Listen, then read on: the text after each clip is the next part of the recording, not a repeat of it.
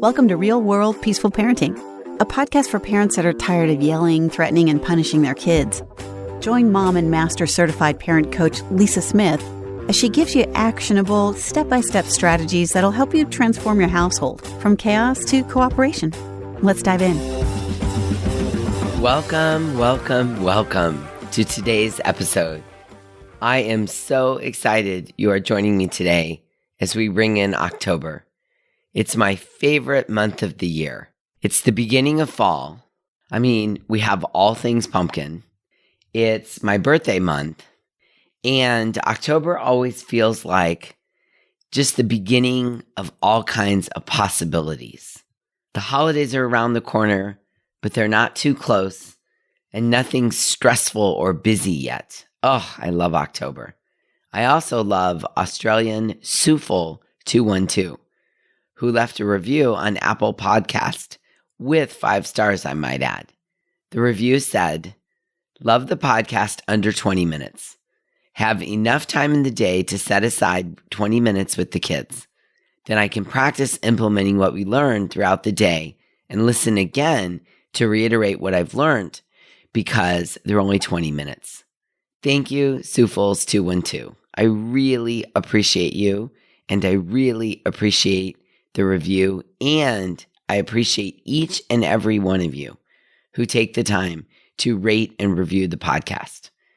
And I'm grateful because when you rate and review the podcast, you're paying it forward to other families. You see, when you leave a review on a podcast platform, that service is much more likely to recommend the podcast when people are looking for a parenting resource. When you take your time to rate and review, you're paying it forward to other families and other children who really need their parents to hear this information. So from the bottom of my heart, thank you for helping to change the world one family at a time. And Suful212, let me say you hit it on the mark. When I set out to make a podcast, one of the things that was most important to me is that the podcast be short and sweet.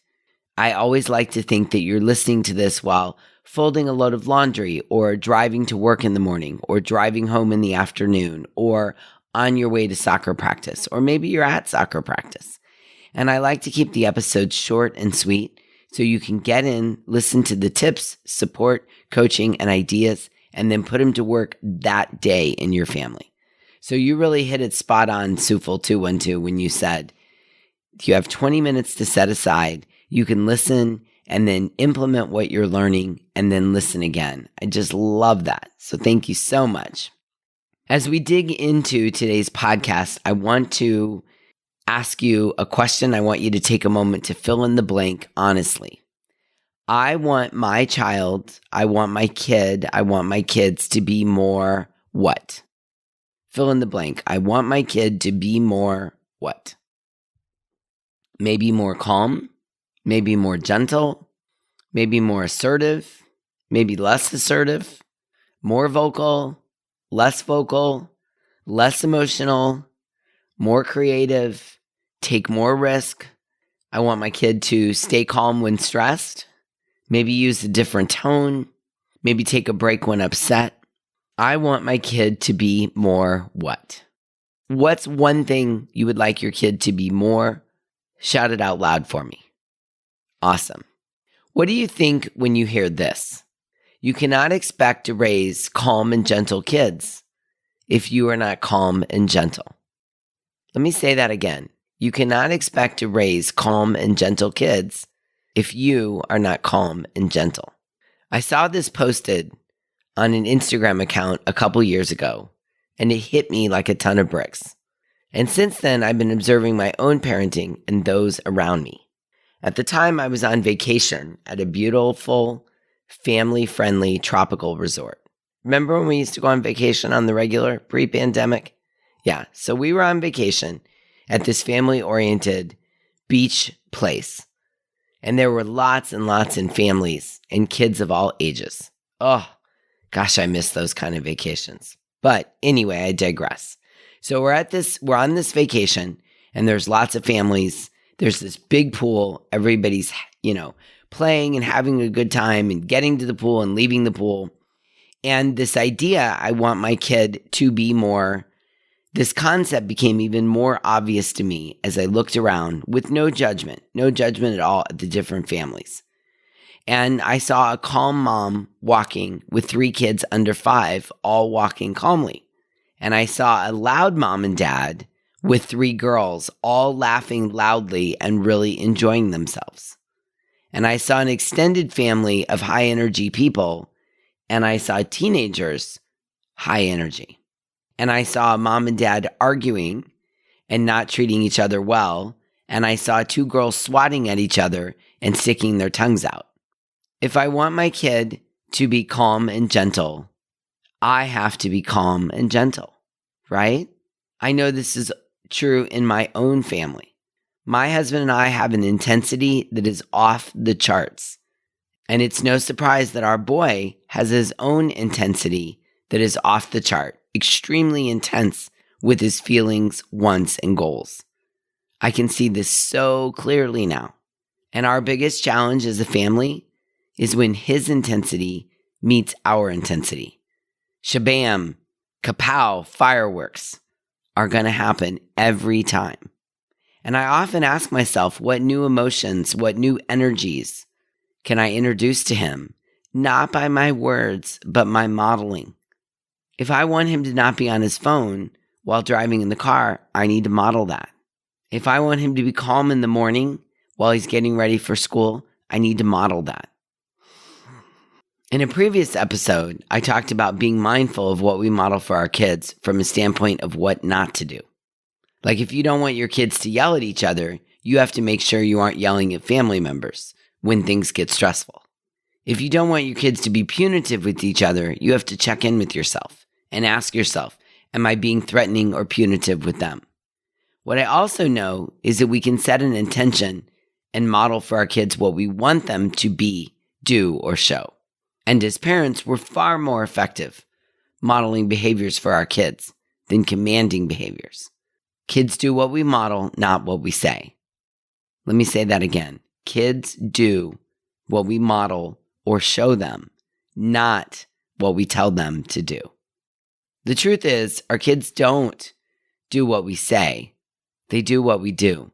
So it's very important that we understand how our kids learn and that we understand that they learn from what we're showing them. Our kids are not intuitively born with knowledge. They don't understand values. What they are is really good learners, and they learn 100% not through what we say, but through what we do. They don't have the ability to discriminate or filter or judge. They learn from how we model things, like how we show up in times of stress, our reaction to mistakes, how we handle meltdowns, how we handle conflict, how we treat each other, how we support family members, etc. And their brains learn from what we model for them. Let's say you want your kids to be on time to everything they go to, but specifically, you'd like them to be on time in the morning on the way to school. Are you showing them what that looks like? Are you getting up early enough and allowing enough time for things to be calm in the morning? Are you planning ahead? Are you allowing for a cushion, or are you winging it? Are you getting up with no time to spare and no time for distractions? And then when a distraction comes in, like you burn the toast or you forget to make the lunch or you have to iron something, you're frenzied, behind, and stressed. If we want our kids to be on time, we have to show them what that looks like. Let's say you want your kids to practice something like piano or chess or soccer. Do you practice something on the regular? Do you make it a priority? Do you set time aside? Do you talk about it as a family? Let's say you want your kids to take breaks from technology, from their phone or their iPad, or watching YouTube or Netflix, or you want them to take a break from gaming, right? Let's say you want your kids to take breaks from technology. What are you modeling? Are you taking a break? Can you set your phone down for periods of time and walk away and do something else?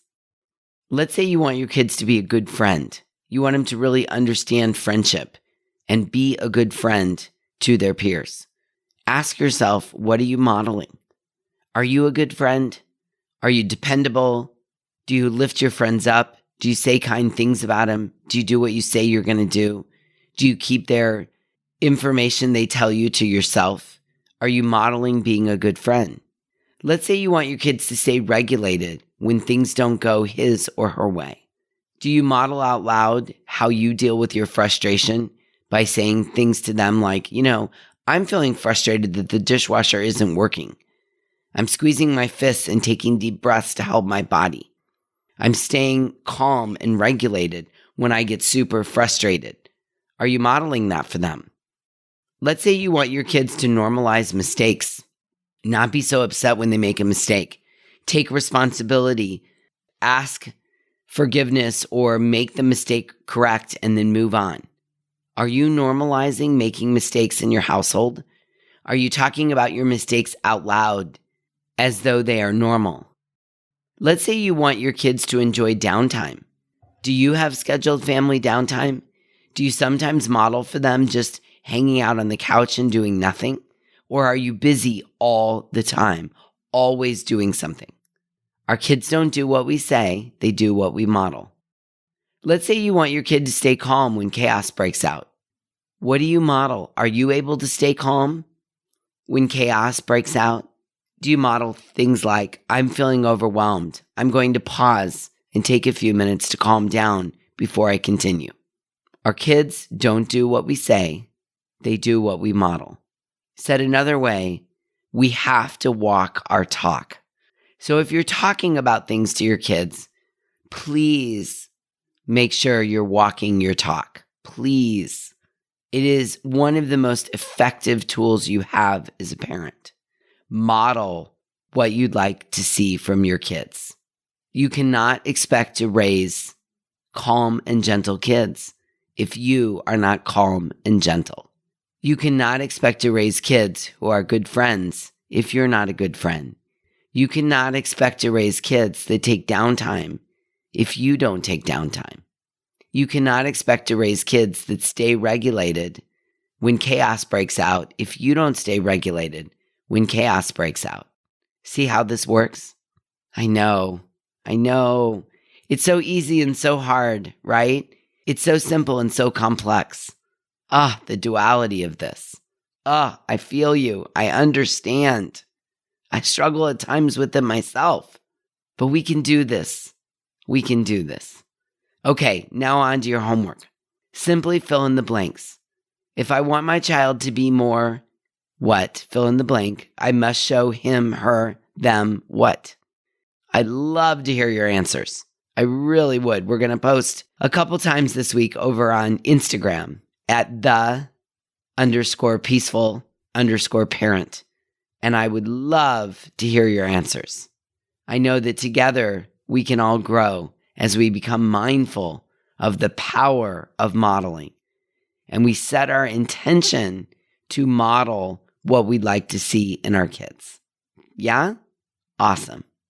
Okay, until we meet again, I'm wishing you peaceful parenting. Thank you so much for listening today. I want to personally invite you to head over to thepeacefulparent.com/welcome and sign up for my free Peaceful Parenting mini course. You'll find everything you need to get started on the path to peaceful parenting just waiting for you over there at www.thepeacefulparent.com/welcome. Can't wait for you to get started. Thanks for listening to Real World Peaceful Parenting. If you want more info on how you can transform your parenting, visit thepeacefulparent.com. See you soon.